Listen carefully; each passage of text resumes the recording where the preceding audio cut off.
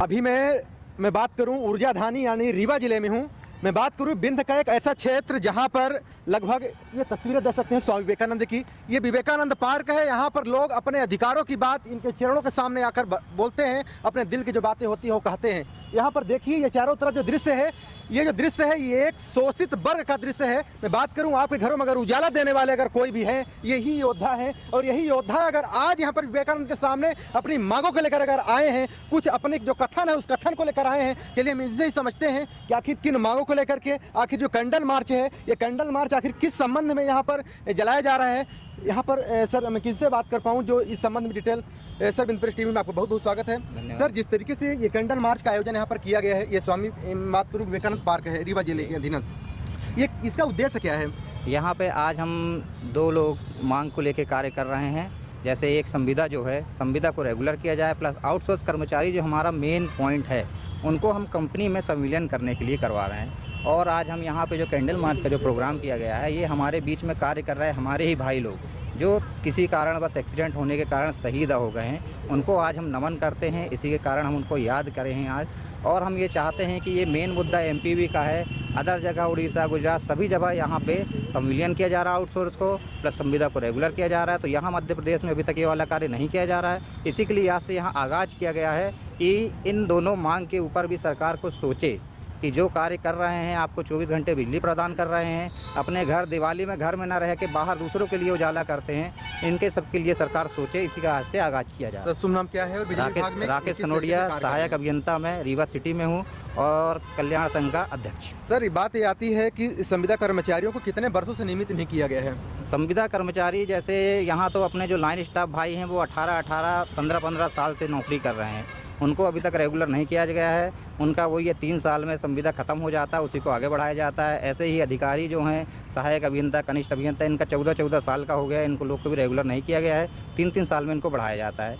इसी प्रकार अपने जो बेचारे हम बेचारे इसलिए बोल रहे हैं क्योंकि उनके साथ बहुत ही दुराचार दुरुपयोग किया जा रहा है कि जो हमारे भाई लोग जैसे ये सब खड़े हुए हैं, ये हमारे 7-7, 8-8 हज़ार, 10-10 हज़ार में नौकरी कर रहे हैं, जबकि मेन आज पॉइंट हमारा बोला जाए कि सारे कार्य ये लोग कर रहे हैं। जो रेगुलर एम्प्लॉय हैं, चलिए ठीक है, वो साथ में रह के अपना अनुभव दे रहे हैं, लेकिन हमारा मेन बेस आज की डेट में ये लोग हैं जिनको कंपनी में सम्मिलन करना बहुत ज़रूरी है। सर अगर बात करूं आउटसोर्स कर्मचारियों की, तो क्या ये जो कैंडल मार्च है पूरे मध्य प्रदेश में देखने को मिलेगा? 1 नवंबर से आज स्थापना दिवस में पूरे मध्य प्रदेश में हम लोगों ने इसका आगाज़ किया है। ये पहला चरण है। दूसरे चरण में हम लोग सभी विधायकगण, मंत्री, सांसद, कलेक्टर एवं मुख्यमंत्री, ऊर्जा मंत्री सबको ज्ञापन के रूप से सूचित करेंगे। और हमारा तीसरा जो चरण होगा, अंतिम चरण होगा, काम बंद हड़ताल का आयोजन किया जाएगा, क्योंकि हम लोग विगत 15-20 वर्षों से उसी पद पे, उसी जगह, उसी वेतन पे काम कर रहे हैं। ना सरकार सुन रही है, ना हमारी मांगों को पूरा किया जा रहा है, ना वेतन बढ़ाया जा रहा है, ना ही एक्सीडेंटल कोई क्लेम दिया जाता है। हमारे 4-5 भाई अभी विगत 2 वर्षों में शहीद हुए। हम लोग उनको आज श्रद्धांजलि दे करके और इस कार्यक्रम का एक लंबे पूरे प्रदेश में बहुत तेज़ी से आगाज़ कर रहे हैं। सर जब बात आती है आउटसोर्स कर्मचारियों को लेकर के और संविदा कर्मचारियों को लेकर के, कहीं ना कहीं पूरे मध्य प्रदेश में इस तरह का शोषण है। लेकिन मैं बात करूँ आउटसोर्स कर्मचारियों की जो वेतन है, कितना इसमें मिल रहा है? वेतन जैसे 24 घंटे काम लेते हैं और 8 से 10 हज़ार रुपये वेतन मिलता है, और काम 24 घंटे लेते हैं। कोई एक्सीडेंट हो गया उसको कोई बीमा नहीं, कोई क्लेम नहीं। तो ये जितने लोग को आप श्रद्धांजलि देने यहाँ पर आए हैं, तो इन लोग क्या कुछ मिला भी है या फिर नहीं? इनको तो अभी कुछ नहीं मिला है।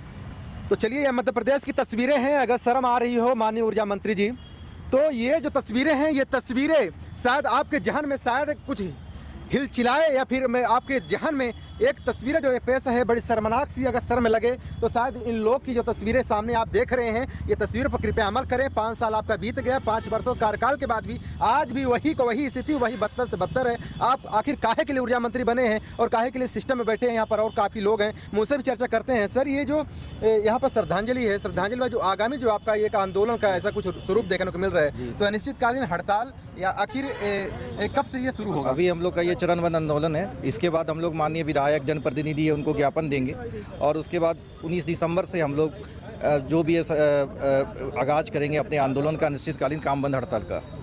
तो कहीं ना कहीं से सिर्फ 2 ही आपकी मांगे हैं? हाँ, हमें तो हमारी 2 ही मांगे हैं, संविदा कर्मचारियों का नियमितीकरण और जो भी हमारे आउटसोर्स भाइयों हैं उनका कंपनी से संविलियन। यही हमारी 2 मुख्य मांगे। इतनी छोटी सी मांगे हैं, आपके लिए चुटकियों का खेल है, लेकिन आखिर क्यों, आखिर कब तक इस तरीके से शोषण होता रहेगा? एक बड़ा सवाल होता है ये तस्वीरें अगर आपको अगर लगभग आप अगर कर्मचारी हैं तो तस्वीरों को आप फैला दीजिएगा, जिससे कम से कम इस सरकार की जो उदासीनता है तो लगभग अन्य जो लोग हैं वो लोग भी समझ पाएं। अगर आप कर्मचारी हैं तो इस वीडियो का अन्य साथियों तक जरूर शेयर करिएगा। अगर आपको लगता है किसी तरह की आगे आने वाली तस्वीरें आप तक भी मिल पाए तो चैनल भी सब्सक्राइब कर लीजिएगा। यहाँ देख सकते हैं काफ़ी लोग यहाँ पर उदासीन चेहरा लेकर के यहाँ बैठे हैं। आप देख सकते हैं कितना बढ़िया खूबसूरत ये जगह है। ये देख सकते हैं कॉलेज चौराहा है, इधर ये रीवा का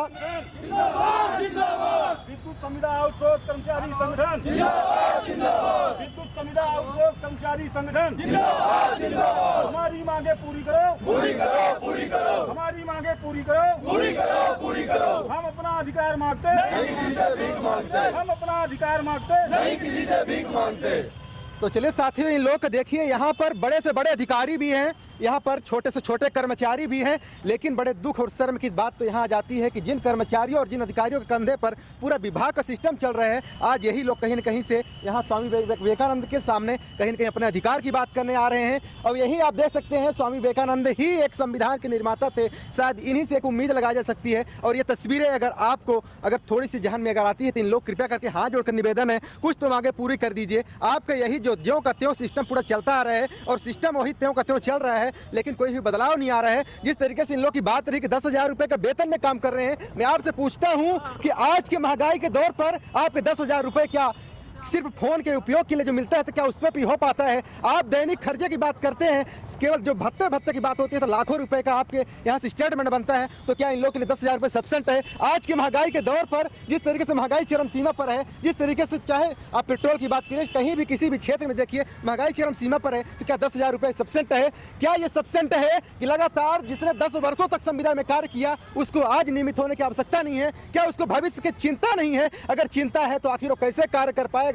यही एक कारण होता है कि जब भी मानसिक भविष्य को देखकर अगर बात होती है तो यहाँ पर जो माल्यार्पण किया गया है, इस तरीके की जब तस्वीरें आती है, उसके बाद भी किसी भी तरह से कोई भी क्लेम, न कोई इंश्योरेंस, न कोई भी उसका ट्रीटमेंट, यानी बात करूं किसी भी तरह से अच्छा सा उपचार भी नहीं मिल पाता है, तो आखिर किस बात की आप ऊर्जा मंत्री हैं? और जो कर्मचारी ऐसी बात करते हैं, माननीय मुख्यमंत्री महोदय जी जो सब जन जन के माँ बाप भी कहलाए जाते हैं, आज इस भांजे को देखिए, ये भांजे की तस्वीरें हैं, शायद इसके बाद ये तस्वीरें देखने के बाद अगर सर में थोड़ी सी भी लगे, कृपया करके दया कर दीजिए, इस तरीके से शोषण न करिए। इसी साथ देख रहे टीवी, मैं अरविंद सवाल, जय हिंद।